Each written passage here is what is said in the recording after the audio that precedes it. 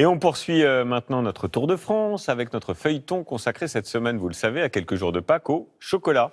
La nouvelle star maintenant, ce ne sont plus les œufs ou encore les lapins, c'est la licorne. On est allé pour vous faire découvrir tout cela chez un créateur alsacien dont l'entreprise a été fondée par son grand-père, qui a donc 75 ans d'existence et qui aujourd'hui exporte dans le monde entier. Cécile de la Guérivière avec Vincent Bouffartigue. C'est la même histoire chaque année. Les cloches de Pâques passent d'abord au supermarché. Des lapins dorés, des poules noires ou au lait, des œufs à profusion. En fait, quand on vient dans le magasin, ça donne vraiment envie de tout acheter. D'accord. Puis ça, c'est des petits œufs pralinés. C'est pour mes petits-enfants. Et la star des enfants cette année, le poney licorne. Ma fille, elle adore les chevaux, je vais lui prendre des choses comme ça. Des poneys. Mon fils, c'est plus les couleurs parce qu'il est plus petit, donc tout ce qui est coloré. Pour atterrir dans ces rayons de Mulhouse, la licorne n'a pas eu à voler très longtemps. Quelques kilomètres, une forêt à traverser et au bout de cette route, un village alsacien et sa chocolaterie. Un petit paradis pour les gourmands, des fontaines, des kilomètres de tuyaux, des litres et des litres de chocolat bien chaud. Ouais, on est à 30,1, donc là c'est parfait. 30 degrés, pas plus, pas moins, et pour une bonne raison. Donc ça vous permet vraiment d'avoir un chocolat qui va être croquant et avec une belle couleur brillante. Une matière première qui donne naissance aux licornes et aux lapins. Au fond du moule, les yeux sont déposés à la main, la bonne dose de chocolat, puis tour de manège obligatoire, 15 minutes minimum, sous la surveillance d'Anne-Catherine Wagner, la patronne.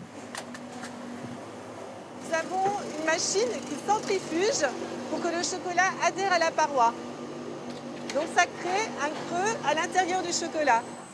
300 000 licornes déjà fabriquées pour Pâques, 80 millions de pièces tout chocolat confondues au total chaque année. Une centaine d'employés sont là pour tout coordonner, le double à Pâques. Le plus dur pour eux, résister à l'envie.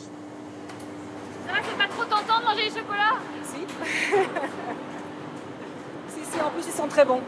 Ouais. Personnage c'est vraiment et sympa. ça, les enfants vont adorer. Mais en coulisses, la licorne 2021, c'est déjà de l'histoire ancienne.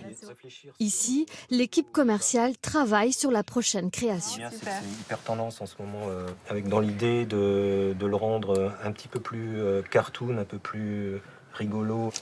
Travailler sur les tendances, mais pas seulement. Bonjour. Donc à ce jour, moi j'ai réussi à ressourcer 4 différents fournisseurs de pralinés. Fabrice Muller, le chocolatier, organise aujourd'hui une dégustation décisive. Parmi ces pralinés, 3 nouvelles recettes à évaluer. Pour moi, c'était comme le A. Je trouvais qu'il n'y avait pas assez de noisettes. Je le trouvais trop gras en bouche. Fade. Ouais, fade. Contrairement au chocolat artisanal, beurre et crème fraîche sont exclus de ces préparations industrielles. L'objectif, qu'elles se conservent plus longtemps. La plus grosse contrainte qu'on va avoir, ça va être la date de consommation. Parce qu'il faut savoir qu'entre le moment où nous, on va fabriquer nos produits et le moment où les gens vont l'avoir chez eux et le déguster, il va y avoir un laps de temps de plusieurs mois. Et il en faut pour tous les goûts et tous les pays. Un quart du chiffre d'affaires est exporté, surtout des chocolats à la liqueur. Canada, Russie, États-Unis, à chacun son dosage. Quand c'est pour les États-Unis, il peut y avoir des réglementations en termes de pourcentage d'alcool parce que tous les États n'ont pas la même réglementation. Leurs plus gros clients, les Japonais, ils achètent des containers entiers de ce mariage étonnant de chocolat noir et de saké. Mais dans nos rayons français, pas d'alcool pour les enfants, c'est le lapin de Pâques qui règne en maître. J'ai 3 enfants et je leur fais croire que c'est vraiment le lapin qui vient apporter les chocolats. Mais on vous en a déjà trop dit, le chocolat de Pâques, c'est avant tout de la magie. Ah oui, bien sûr que c'est le lapin qui amène les chocolats.